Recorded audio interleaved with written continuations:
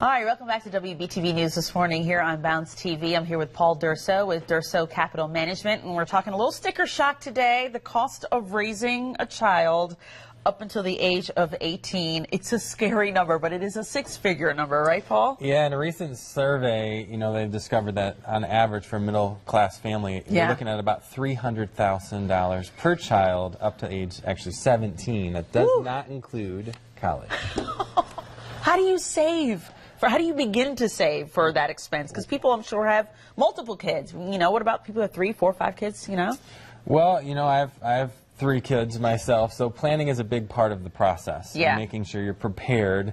Some things you're not going to be able to save for. Other things you're going to be able to prepare and budget for. Okay, so what is the most important thing you would say to start that budgeting process? Okay, well, the first one, when you're going to have a child, you definitely want to have a baby budget. So. Okay.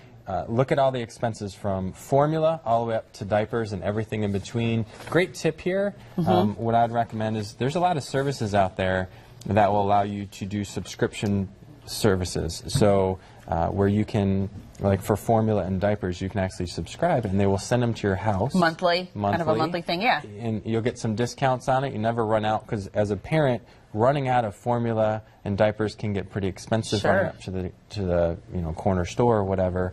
You might pay a premium of 30%. This way you don't run out, and it can be cheaper. Yeah, that's a good idea. What about child care? Because that is, that's a whopping expense. Yeah, that raises pretty high every single year. I will say this is a tough decision, so you want to make sure you're on the same page with your spouse.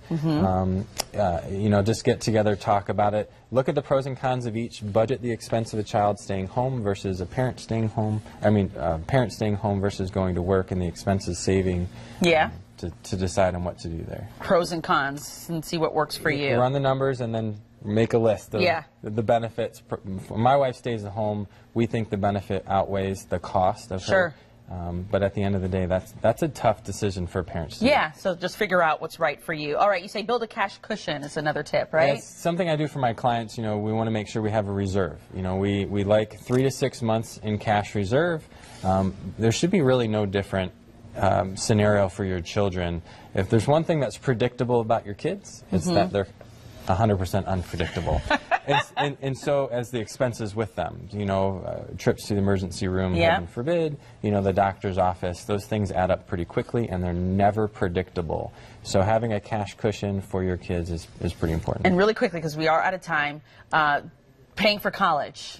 What's the best thing to do? Well, there's lots of different vehicles out there. Most popular right now is what's called a 529 plan. Every state offers a different variety of it. One tip here might be a good idea is, instead of buying a really big present, it might not be a bad idea to have your friends or family say, buy them a little smaller gift and then maybe donate to a college fund and get some savings there. Sure. All right. Get help wherever you can. Absolutely. Thank you, Paul.